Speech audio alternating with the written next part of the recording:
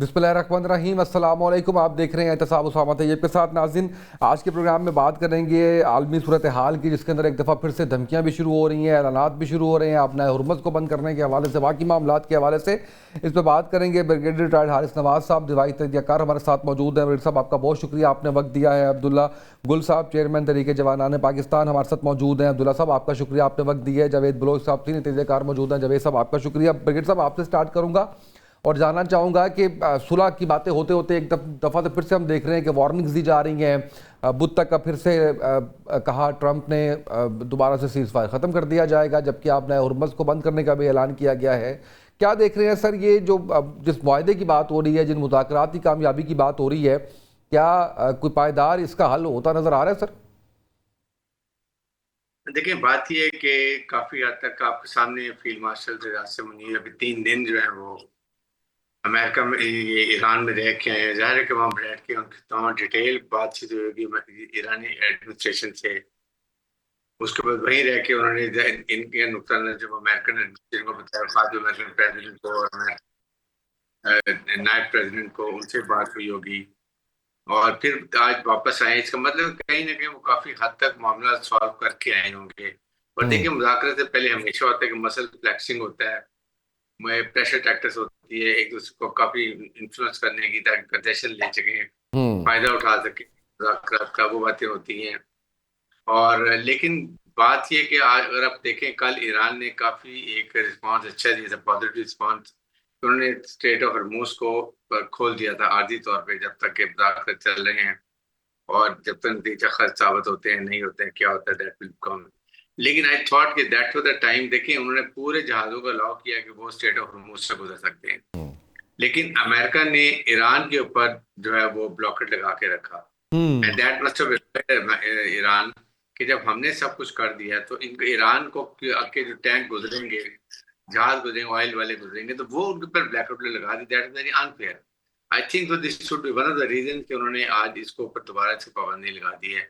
और American must have realise कि उनको ये पहले से एक स्टेप लेना चाहिए था कि ये जब मुज़ाकरात होते हैं उससे पहले ये एक फ्रेंडली एनवायरनमेंट क्रिएट करनी चाहिए। उसके बाद आपको और फिर बिल्डिंग मेजर करनी चाहिए, कोई ऐसी प्रोवर्ड स्टेटमेंट नहीं देनी चाहिए। बार बार वो स्टेटमेंट भी दे रहे हैं। I think as being a super power, ठीक है कि आप बड़े एक सुपर पावर हैं, लेकिन when you sit as a sovereign country, दोनों आमने सामने, जो हम्म। पाकिस्तान ने इतना बड़ा कारनामा किया कि 47 ईयर्स पुरानी, जहाँ आपकी बातचीत नहीं थी, एक दूसरे को दुश्मन कहा जाता था, वो हम्म। आपने एक छत में, एक कमरे में लाके उनको बिठा दिया। ये साजिश का बहुत बड़ा काम होता है। और उसके बाद बड़े अच्छे माहौल में डिसंगेज हुए कि जी दोबारा भी हमारे मुज़ाकरात चलते रहेंगे। फिर अभी बड़ी कामयाब सफारतकारी भी चल रही है। पाकिस्तान जिस तरीके से साजिश का किरदार अदा कर रहा है, तो इस स्टेज पे ऐसी बातें होनी चाहिए। बट आई थिंक ये चीजें जब तक मुज़ाकरात नहीं होंगे, ये चीजें चलती रहेंगी। We should not pay much attention to this thing. Hmm. But overall I feel के माहौल अच्छा चल रहा है, मुज़ाकरात अच्छे चल रहे हैं, और तब कहीं ना कहीं काफी गिव एंड टेक हो रहा है। तो अब पता चलेगा इंशाल्लाह मंडे को, जब मंडे ट्यूजडे को जब भी आते हैं यहाँ पर मुज़ाकरात होते हैं पाकिस्तान में, एक्चुअल सिचुएशन का उस वक्त पता चलेगा। बिल्कुल ठीक है, आप राइट। जावेद बलोच साहब, सर अब कुछ नेशनल और इंटरनेशनल चैनल्स ये कह रहे हैं कि अगला दौर जो मुज़ाकरात का होगा, उस हवाले से वफूद कल पहुंचना शुरू हो जाएंगे इस्लामाबाद में। जबकि हम ये देख रहे हैं कि इस्लामाबाद के अंदर शायद उस तरह से हलचल नहीं है। तो क्या सूरत हाल है इस्लामाबाद की? शुक्रिया। जो इस्लामाबाद की सूरत हाल है वो तो ज़ाहिर बात तैयारियां जारी हैं हम्म। और मुज़ाकरात की खबरें जो हैं वो चल रही हैं, क्योंकि पाकिस्तान के लिए कोई तैयारी करना इतना मुश्किल काम नहीं है। पहले की तैयारियां मौजूद हैं, मीडिया सेंटर मौजूद है, बाकी जो जगह जो है मौजूद हैं, सिक्योरिटी के मामला जो है वो पूरी तरह पहले पहले पहले भी तैयार थे, अब भी तैयार हैं। और जो कल से वफूद की खबरें आ रही हैं वो ठीक है। कल से जो है वो डेलीगेशन पहुंचना शुरू हो जाएंगे। जो जिसे आप कहते हैं कि जो स्टाफ हैं वो पहुंचेंगे, जो एडवांस पार्टी आप कह रहे हैं उनसे, सिक्योरिटी के हवाले से, ये बाकी लोग जो चीज़ें हवाले से, तो वो पहुंचना तो शुरू हो जाएंगे। लेकिन मुझे ये लग रहा है जो हालात चल रहे हैं उससे ये खबर जो है वो समझ आ रही है कि ये मुज़ाकरात जो है वो 21 के बाद ही होंगे। जो मंडे की खबरें थी कि मंडे को मुज़ाकरात शायद हों, तो वो मुझे नहीं लगता कि सोमवार को ये मुज़ाकरात होंगे, लेकिन ट्यूसडे या वेडनेसडे को जो है ये मुज़ाकरात शुरू हो सकते हैं इस्लामाबाद में, इसलिए ये तैयारियां जारी हैं। और अभी तो उस डोनाल्ड ट्रंप जो है वो उस ज़हीन और अजीम शख्सियत का इंतजार कर रहे हैं पाकिस्तान से, जिसने वहाँ पहुँचना है अमेरिका और उनसे मुलाकात भी करनी है। क्योंकि जैसे ब्रिगेड साहब ने फरमाया कि सालिस का जो सबसे जो अवलीन काम है और जो है वो जिम्मेदारी होती है सालिस की कि दोनों को एक मेज पे इकट्ठा कर लें, वो हमने कर लिया। हम्म। और अब भी दोनों जो है वो एक मेज पे इकट्ठे ही हैं, मुज़ाकरात से इनकारी कोई कोई भी नहीं है। जो हालात चल रहे हैं वो टिट फॉर टैट की सूरत हाल है कि अगर आप अपना हरमज उन्होंने खोला है ईरान ने, तो आप उसको ब्लॉकेज करेंगे या आप नाकाबंदी करेंगे तो डेफिनेटली वहाँ से भी जो है वो रिस्पांस आएगा और ईरान भी जो है वो उस पर बात करेगा। तो सूरत हाल जो जा रही है वो उससे ये लग रहा है कि अमेरिका भी इस जंग से निकलना चाह रहा है। अपने लेबनान की सूरत हाल देख ली, वो भी वहाँ पे अपनी विक्ट्री जो है वो शो कर रहे हैं कि हमने जो है वो जंग बंदी करवा दी है और एक और जंग जो है उससे छुटकारा हासिल हो गया। तो अमेरिका खुद चाहता है, ट्रम्प साहब खुद चाहते हैं कि वो इस जंग से निकलें, क्योंकि ट्रम्प भी जो है वो इस जंग को अफोर्ड नहीं कर पा रहे और ना ही दुनिया अफोर्ड कर रही है। क्योंकि अपना हरमज के मुतल्लिक लोगों को पता ही कौन था कि अपना हरमज क्या चीज़ है, कहाँ पे है और किसका कंट्रोल है। इवन शायद ईरान को भी इतनी अहमियत जो है जितनी अहमियत अपना हरमज को मिली है और जितना इफेक्ट इस जंग पे अपना हरमज ने डाला है, तो उससे तो ईरान का एक और बड़ा पावर पॉइंट जो है उनके पास आ गया है कि वो एक पावर टूल के तौर पे भी उसको इन फ्यूचर भी जो है वो यूज कर सकते हैं अगर कोई जारियत होती है या कोई ऐसी कोई चीज़ आती है। तो इससे कि मुज़ाकरात जो है वो अभी चूंकि फील्ड मार्शल साहब ने 3 दिन गुजारे हैं वहाँ पे, और उन 3 दिन वहाँ पे क़याम करना इस वार जोन में जहाँ पे जंग जारी है, सीज फायर हुआ है, आर्जी सीज फायर था 2 हफ्तों का, और वहाँ पे जाना, वहाँ पे रहना, वहाँ पे राइट सर, मुलाकातें बिल्कुल करना और सही। चीज़ें तय करना, ये कोई मामूली काम नहीं है। और जो है वो ना ही किसी मामूली शख्सियत का ये काम हो सकता है। हम्म। क्योंकि सालिस जो है वो एक साइड पे गया, बातचीत की। अब जो है वो शायद अमेरिका से जो है वो रब्ता हो और अमेरिका के साथ जो है मामला तय तय किए जाएं कि आप जो है वो कोई ऐसी डील बनाएं कि दोनों के लिए काबिल कबूल हो। तो मेरा ये ख्याल है कि पहले जो पहला फेज आया था मुज़ाकरात का, अब उससे निकल के अगले फेज में जाने से पहले कुछ चीजें तय की जा रही हैं बिल्कुल सही। ताकि वो मैं सर वापस आपकी आए और तरफ आता बैठे हूँ। और बिल्कुल डील हो ठीक है। जाए। अब्दुल्ला गुल साहब, सर बताइएगा कि जो ट्रंप के बदलते हुए बयानात हैं, इस हवाले से मैं जानना चाह रहा हूँ कि सूरत हाल को गैर वाज़ेह कर रहे हैं। हालांकि तजिए ये कहते हैं कि ईरान अमेरिका भी किसी किस्म की मज़ीद जंग अफोर्ड नहीं कर सकता, और ये भी कहा जा रहा है कि तकरीबन जो है वो पॉइंट्स पे एग्रीमेंट हो चुका हुआ है, बस सेफ फेजिंग के फेज सेविंग के लिए इसको लिंगर ऑन किया जा रहा है। सर क्या कहेंगे इस हवाले से? बिस्मिल्लाहिर्रहमानिर्रहीम। बहुत बहुत शुक्रिया, आपने मदू किया दोनों मौजूद मेहमानों को। अस्सलाम वालेकुम। देखें, जहाँ तक ताल्लुक है इस मुज़ाकरात का, मैं इसको पहले भी ये कह चुका हूँ कि मुज़ाकरात 12 अप्रैल को तय पा गए थे और मेरा ये बाकायदा, मैं अपना स्टांस अभी भी अपने स्टांस पर कायम हूँ। अब उसकी जो नेचुरली लीगैलिटीज़ थी, टेक्निकलिटीज़ थी, उसकी जो पॉलिटिकल डिप्लोमेटिक लैंग्वेज होती है वो लिखना ज़रूरी था, और वो उसी सूरत में मुमकिन होता है कि जब आप पूरे लोगों को इकट्ठा करते हैं, वहाँ की जो टेक्निकल टीमें होती हैं उनको साथ रखते हैं और फिर इस तरह के मामलात बनाते हैं। दोनों ममालिक ने ज़ाहिर है ये काम करने थे, दोनों ममालिक ने अपने अपने मुल्क में गए और फिर क्या ये सेकेंडरी लीडरशिप थी। आपका क्या ख्याल है? ये ऐलान कर देते कि जनाब मामला तय हो गया तो फिर तो इसका मतलब है कि क्रेडिट तो सारा इनको मिल जाता, तो इनकी लीडरशिप जो है वो तो मुंह तकती रह जाती। तो फिर बेहतर यही था कि कुर्सी पे खुद ही बिठा दें वो इनको, अपने आप को उतार के। तो ये तो बात एक तो यहाँ है। दूसरी बात यह है कि मिसाल तो ये यहाँ वैसे फिट नहीं होती, लेकिन मैं सिर्फ क्योंकि ईरान तो एक शेर है, लेकिन भागते चोर की लंगोटी सही कि वो मामला तो हो गया है। अब डोनाल्ड ट्रंप चाहता है कि किसी सूरत में इनके कोई पैसे ही रोक लूँ, कोई एक चीज़ उसमें हासिल कर लूँ, कोई लुच तल के मैं दरमियान में दिखा दूँ कि ओहो मैं हूँ वो असल में जो जीता हुआ आदमी। भाई हार तो उसकी सब दुनिया को पता है।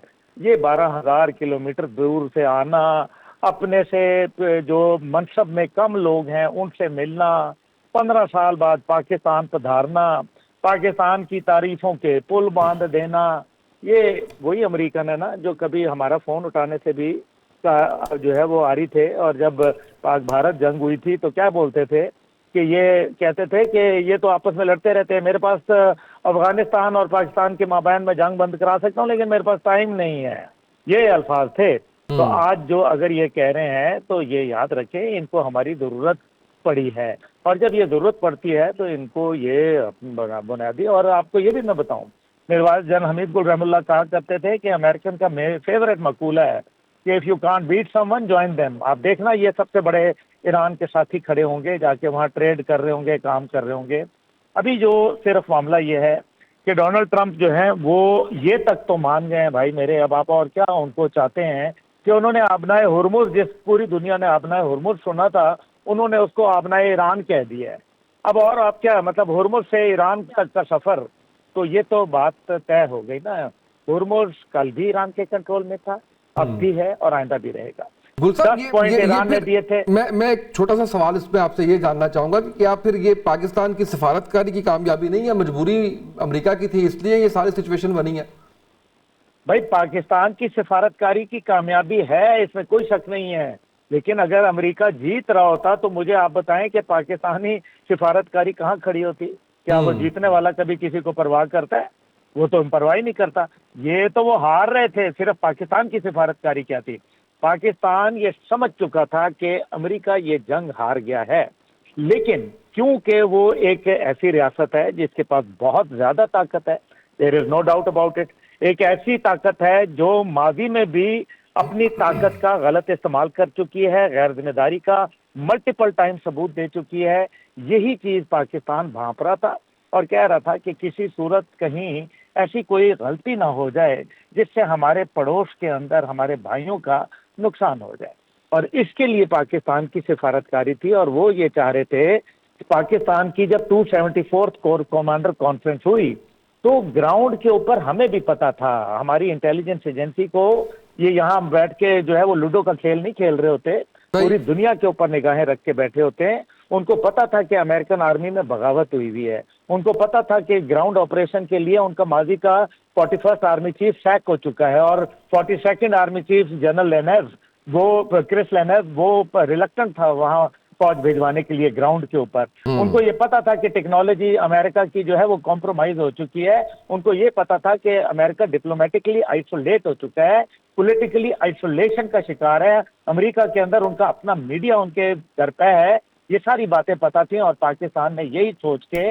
वजीर आजम साहब को कहा कि जनाब, और वजीर आजम साहब ने, उनको दफ्तर खारजा ने ये फैसला किया कि जनाब हमें कोई ऐसा एक मौका दे देना चाहिए जिससे डोनाल्ड ट्रंप साहब की कम से कम एक वो जो ईगो है उसको कहीं सेटिस्फैक्शन थोड़ी बहुत मिल जाए। बिल्कुल यही वजह थी, ट्वीट किया और ट्वीट के ऊपर वो दौड़े चले आए। अल्हम्दुलिल्लाह पाकिस्तान की सिफारतकारी तो कमाल थी, लेकिन ये 193 ममालिक में से किसी और को समझ नहीं आई ना, तो पाकिस्तान को समझ आई। तो ये इसलिए अब जो सूरत हाल है आप देखें, वो करेंगे, हर चीज करेंगे, वो ऑलरेडी माने हुए हैं।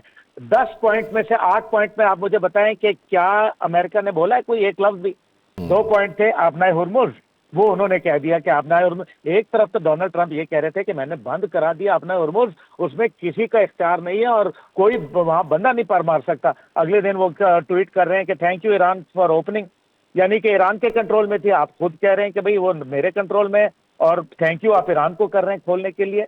फिर आता है न्यूक्लियर, न्यूक्लियर पे तो भाई पहले ही बात हो चुकी थी। न्यूक्लियर के ऊपर क्या ओमान के अंदर जब टॉक्स हुई थी तो क्या ओमान के फॉरेन मिनिस्टर ने नहीं कहा था कि ये तो अपना न्यूक्लियर जो है फॉरगो करने के लिए तैयार है? अब वो ये चाहते हैं कि मैं थोड़ी बहुत शरारत करूं, और फिर उसकी शरारत की वजह भी हैं। देखिए ना, अभी जैरेड कुशनर आता है, दामाद आता है, फोन के ऊपर कोई पता नहीं एप्स्टीन फाइल की कोई नई कहानी दिखा देता है, फिर वो बेचारे सहम जाते हैं, परेशान हो जाते हैं। तो ये भी तो एक मसला है।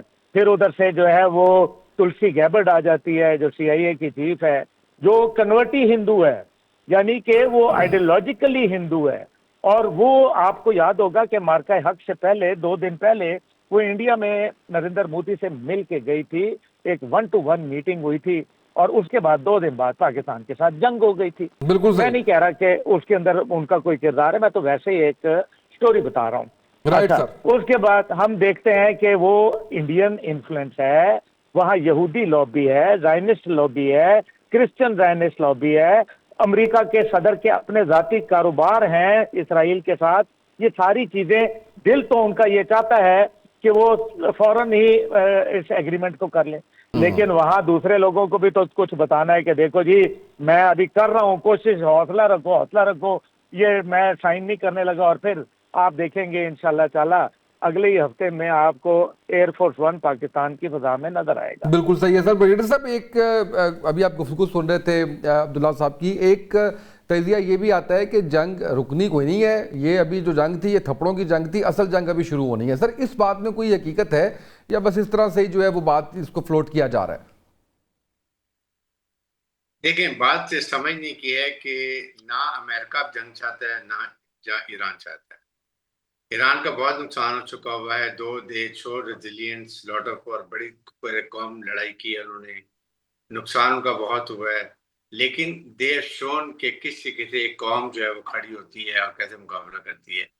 क्योंकि उनको पता था कि एक दिन हमारे ऊपर इसराइल ने और अमेरिका ने हमला करना है, इसलिए उन्होंने 20-25 साल से एक ही तैयारी की, इंडिजिनस प्रोडक्शन इन ड्रोन्स और उसके बाद मिसाइल और वेराइटी ऑफ मिसाइल्स, वो उन्होंने अपने आप को तैयार करके रखा और उन्होंने बहुत कामयाबी से इसको इस्तेमाल किया। अमेरिकन, देखिए इस वक्त अमेरिकन प्रेसिडेंट की ये प्रॉब्लम है कि उन्होंने पूरी मिलिट्री माइट यूज की, लेकिन वो कामयाबी हासिल नहीं कर सके, जो उनके टारगेट थे वो भी नहीं पूरे कर सके।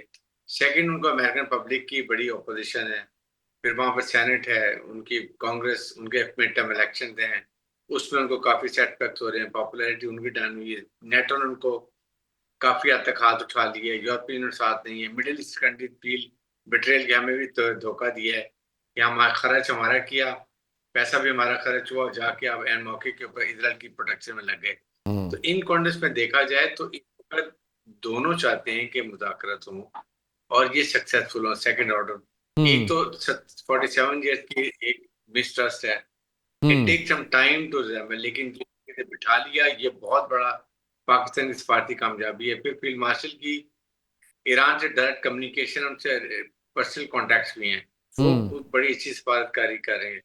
He is in touch with American president, American vice president, दोनों का ट्रस्ट जो है वो इस वक्त पाकिस्तान के ऊपर है। और उन्होंने बड़ी क्लियर बात की है कि अगर मुज़ाकरात होंगे तो पाकिस्तान में होंगे। नंबर 2, पाकिस्तान बहुत अच्छा सालिश का किरदार अदा कर रहा है।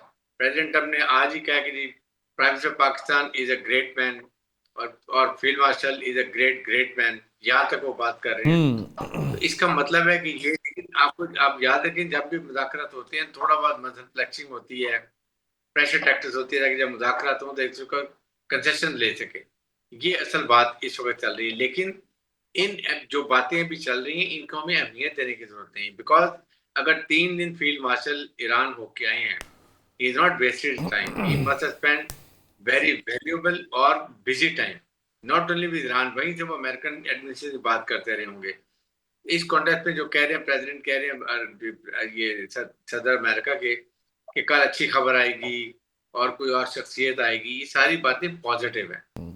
इसलिए मेरे ख्याल में ये कल या परसों में खबर मिल जाएगी। मेरे ख्याल में मंडे को या ट्यूसडे को जरूर ये यहाँ पर आएंगे, बात होगी, और जहाँ ये उम्मीद हो जाएगी एंड में कि वाकई इस्लामाबाद अकॉर्ड होने वाला है, तैयारी हो रही है, that is the time American president will come और वो ही will like to take credit, क्योंकि उन्होंने उसको वाइस प्रेसिडेंट कहा था कि अगर नाकामी होती है तो this credit will go to you, और अगर तुम कामयाब होते हो तो I will take the credit, because उनको अगला इलेक्शन नजर आ रहा है मिड टर्म में जो वहां पर होना है, और he can take some feather in the cap कि मैंने देखो इतना बड़ा, दुनिया कब से दुश्मनी थी हमारी ईरान से, मैंने उसको न्यूक्लियर कैपेसिटी खत्म कर दी, मैंने उससे मुज़ाकरात कर ली है, अपनी मर्जी के मुज़ाकरात किए हैं, उसको शिकस्त भी दी है, और मैं ये एक मुआहदा का एक इस्लामाबाद अकॉर्ड करके आ गया हूँ। तो this might be the election campaign. इसलिए मैं ये बात करता हूँ कि मेरे को उन दो कल्चर है ईरान अमेरिका की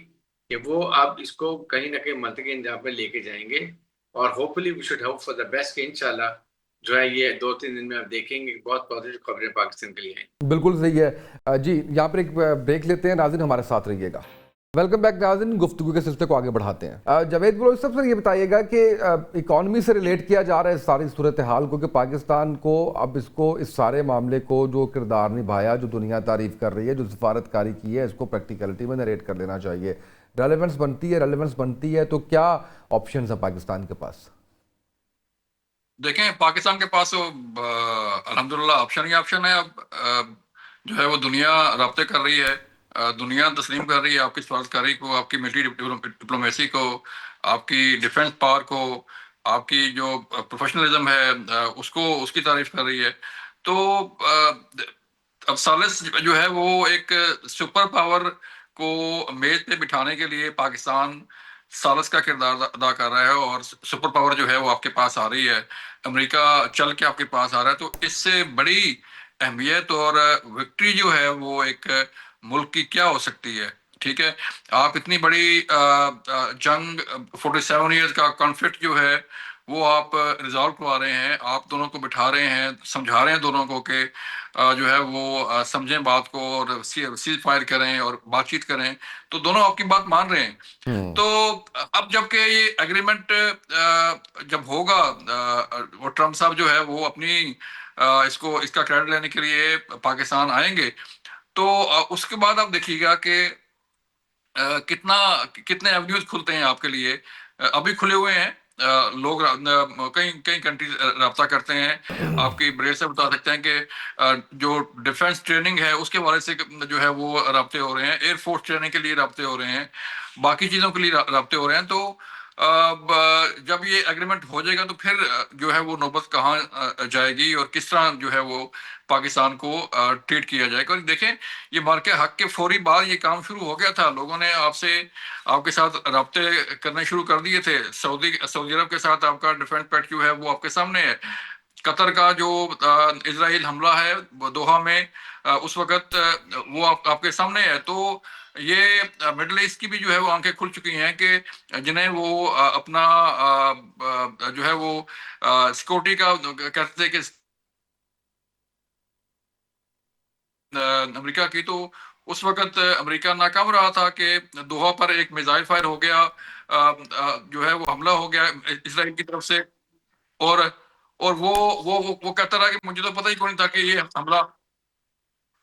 हमला होने वाला है। तो इसलिए हम्म इसलिए अब जब ये एक सारस अपना रोल प्ले कर रहा है और ये एग्रीमेंट जब होगा तो फिर दुनिया भर में आपके जो है वो रस्ते खुलेंगे, आपकी चीजें जो है वो आपके पास आएंगी, एफडीआई आपके पास होगी, और कई कंपनियां, कई सरमायाकार और कई इन्वेस्टर जो है आपके पास जो है वो आएंगे। डिफेंस ट्रेनिंग के जैसे मैंने कहा, बाकी जो है वो चीजें खुलेंगी। तो इसलिए ये कोई मामूली बात तो नहीं है कि पाकिस्तान आपके हमसाया मुल्क में आप देखें कि किस तरह जो है वो लगी हुई है आग, उनका मीडिया किस तरह जो है वो बोल रहा है, और किस तरह जो है वो मोदी गवर्नमेंट को लिया जा रहा है कि इतना बड़ा मुल्क, इतनी बड़ी इकानमी, इतना बड़ा जो है वो ताकत, और वो एक एक साइड पे कोने पे बैठ के जो है वो सारी कहानी देख रहा है, और अपने ही अंदर जो है उसको जोश चढ़ रहा है कि मेरे साथ क्या हो गया, और उसको समझ भी नहीं आ रही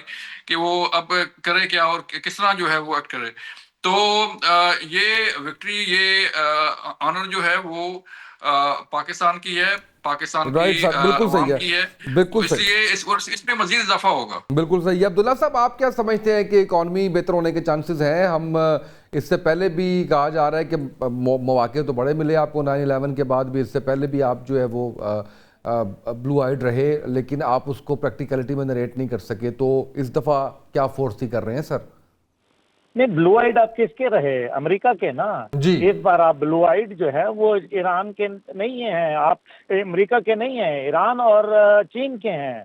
थिंग्स आर डिफरेंट, एक बैलेंस शिफ्ट हो रहा है ना, हो चुका है। आप देखें, दुनिया ने बता दिया है।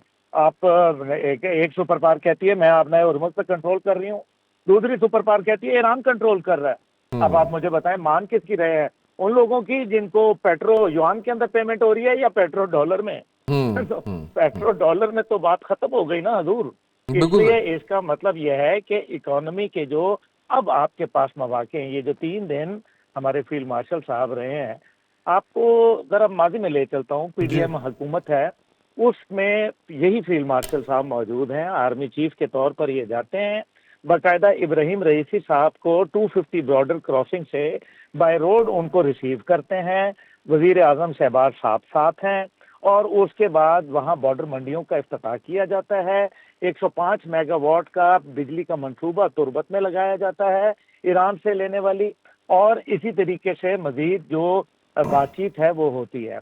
पाइपलाइन उनकी बिक चुकी है, हम सिर्फ मजबूर थे क्योंकि इंटरनेशनल सैंक्शन थी। अब सैंक्शन लिफ्ट होने के लिए बिल्कुल मैं समझता हूं कि किसी भी लम्हे सैंक्शन लिफ्ट होंगी। जैसे ही लिफ्ट होंगी, पाकिस्तान का 14% तो ऑलरेडी इलीगल तरीके से फ्यूल ईरान से आ रहा है, आपका ईरान से फ्यूल आएगा, आपका ईरान के साथ तिजारत बढ़ेगी, क्योंकि यूएई के साथ तो मुझे अब तिजारत तो उनकी घटती नजर आ रही है। 90 बिलियन डॉलर की तिजारत है, और मुझे ये बात किसी और ने नहीं, उनके प्रेसिडेंट ने खुद कही हुई है कि मेरा दिल खून के आंसू रोता है कि जब मैं ये देखता हूँ कि ये तिजारत मैं पाकिस्तान के साथ नहीं कर सकता। ये एक प्रेसिडेंट ने नहीं, मुझे ये 3 प्रेसिडेंट ने कही है। मुझे अल्लाह का शुक्र है, शर्फ हासिल है कि मैं तीनों प्रेसिडेंट जो साबिक थे उनसे मैं मिला हुआ हूँ, मौजूदा समेत। इसलिए मकसद यहाँ कहने का यह है कि एक तो तिजारत आपकी वो है, फिर ये बार्टर ट्रेड जो है, और फिर आप देखेंगे जल्द ईरान का बैंक आपको पाकिस्तान में खुलता नजर आएगा।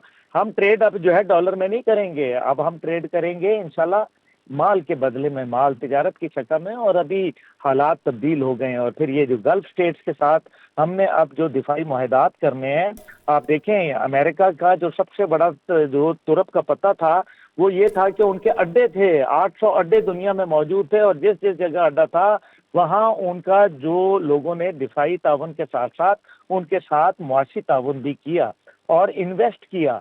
अब पाकिस्तान में करेंगे इंशाल्लाह ताला, क्यों नहीं। पाकिस्तान में कौन सी चीज़ की कमी है? क्या इंडस्ट्री की कमी है? क्या पाकिस्तान में स्किल्ड लेबर की कमी है? आज पूरी दुनिया में स्किल्ड लेबर हमारी जा रही है। क्या आईटी की कोई कमी है? क्या हमारे पास नौजवानों की कमी है? 68.4% यूथ बल्ज आपका मौजूद है, आपके पास बेहतरीन ट्रेंड फौज मौजूद है। आपके फौज जो है वो इस टाइम पे जो किरदार अदा किया वो तो पूरी दुनिया में कोई नहीं कर सका। तो इस टाइम पे इंडिया तो टोटली इंडिया आउट हो गया है। अमेरिका जो है वो उसकी तो बात अब देखिए, यूरोप भी नहीं सुन रहा, नेटो आपको टूटता हुआ नजर आ रहा है। आपको इस सारे किस्से के अंदर ओआईसी कहाँ नजर आई है? आप मुझे बताएं, कहीं नजर आई है तो मुझे भी बताइएगा।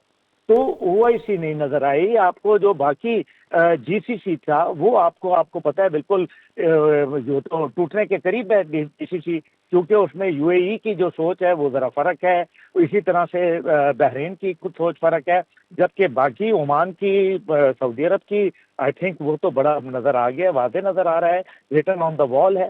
तो ऐसे ही तो नहीं तो डोनाल्ड ट्रंप ने झुंझला के शहजादा मोहम्मद बिन सलमान साहब की जो है वो एक इंतहाई गलत जबान इस्तेमाल की थी। क्यों की थी? कि मुझे और उसको मुझसे बात करनी होगी, इसका मतलब है वो बात ही नहीं कर रहे थे। यही बात है ना जी। तो इसका एक हम जो ड्रॉ करते हैं नतीजा वो ये है कि आप जो है वो शिकस्त के जबड़ों से फतह को बरामद करने निकले हैं। ये नहीं होगा, ये मुमकिन नहीं होगा। हर चीज को लोग देखें ना, जब वियतनाम से फौजें बाहर निकल रही थी तो उस टाइम पे उनका और हेलीकॉप्टर लैंड करने की वाहिद जगह अमेरिकन एम्बेसी की छत रह गई थी, और उससे जब लटक के जा रहे थे तो उस टाइम पे उनका जो कमांडर इन चीफ था वहां का, Westmoreland, general Westmoreland, general brigadier Haris Nawaz को अच्छी तरीके से पता है, वो कह रहा था कि give me more troops and more resources, I can win this war. 5 lakh troops उसके पास मौजूद थे। तो क्या हुआ? वियतनाम में गए, क्या नतीजा निकला? लाओस में गए, क्या नतीजा निकला? हेटी सोमालिया में गए, क्या नतीजा निकला? इराक में गए, क्या नतीजा निकला? अफगानिस्तान में जिससे लड़ने गए उसके हाथ में हुकूमत दे आए, और आज तक उसको भत्ते की शक्ल में $160 मिलियन महाना दे रहे हैं, $12 बिलियन वैसे दे चुके हैं। क्या क्या समझते क्या है? बिल्कुल सही। ये एक एम्पायर की डिमाइस हो रही है, और एम्पायर डिमाइस से पहले इस किस्म की फुलिश हरकतें कर रही है। I will be very straight forward. बिल्कुल सही है। ब्रिगेडियर साहब, आपसे मैं जानना चाहूंगा, दिफाई मुआहदात, ट्रेड समेत क्या अपॉर्चुनिटीज हैं, किस तरह से आप देख रहे हैं आने वाले वक्त में पाकिस्तान जिस क्राइसिस का इतने अरसे से शिकार है इकॉनमी को लेके, हम हर हुकूमत से हम बात करते हैं और यही कहते हैं कि जी इतनी महंगाई, इतने बुरे हालात, तो अपॉर्चुनिटीज़ नहीं, जॉब्स नहीं, तो आप समझते हैं कि इस सब में से जो है वो पाकिस्तान के लिए बहुत बेहतरी आने वाली है इंशाल्लाह? देखें, जो जिस वक्त फील्ड मार्शल से आसिम मुनीर ने जो कारनामा किया है, उसके बाद हुकूमत पाकिस्तान आला सफारतकारी की, पे लॉट ऑफ डिविडेंड्स। आप ये देख लें कि चाबहार जो उनका एयरपोर्ट जो बेस है, ये पोर्ट, वो बंद हो रहा है, बंद हो गया।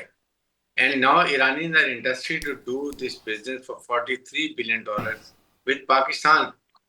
वो दे आर प्लानिंग के पाकिस्तान के कराची पोर्ट पर उनका सामान आए और यहाँ से वो दुनिया की मंडी में जाए। और second is Gwadar port. Gwadar port operationalize हो जाएगा अगर, तो उससे भी इसी तरह चलना शुरू हो जाएगा। आप देखिए कितना बड़ा opportunity, job opportunity, business Pakistan, economy हमारी कितनी रिवाइव होगी।